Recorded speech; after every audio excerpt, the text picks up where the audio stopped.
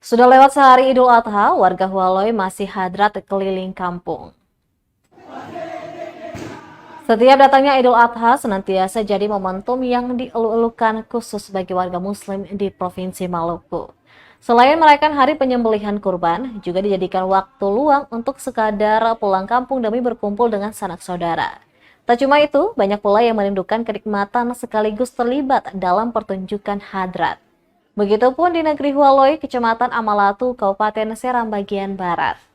Pantauan Trimomen.com, meski perayaan Idul Adha telah dilewati sehari lalu, ratusan warga Hualoi masih hikmat memperagakan hadrat keliling kampung. Mulai remaja, pemuda, dan orang tua, baik laki-laki atau perempuan, khusyuk melanturkan salawat sembari terus menggerakkan badan berlawanan arah. Hadrat dimulai dan diakhiri di Masjid Zainal Abidin dari pukul 15:50 waktu Indonesia Timur hingga pukul 18:20 waktu Indonesia Timur, Jumat 30 Juni 2023. Salah seorang pemuda, Ramli Tubaka, menegaskan perayaan Idul Adha bak bujur dalam sangkar apabila dilewati di perantauan. Momennya memang cocok untuk pulang kampung. Lebih spesialnya, hadrat senantiasa dilaksanakan 2 hari berturut-turut. Itu tradisi yang hanya ditemukan di Maluku. Ia mengaku beberapa tahun terakhir ini, warga Hualoi langsungkan hadrat selama 2 hari. Mungkin hikmah Idul Adha semacam tak ingin dilewatkan.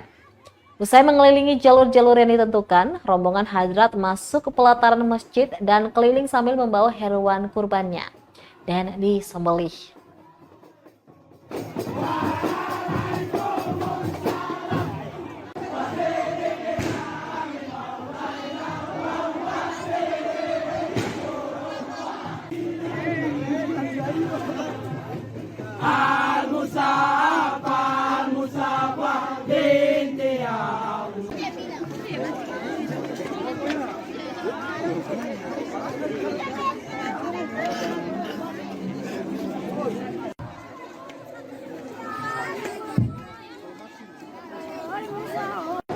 Terima kasih sudah nonton.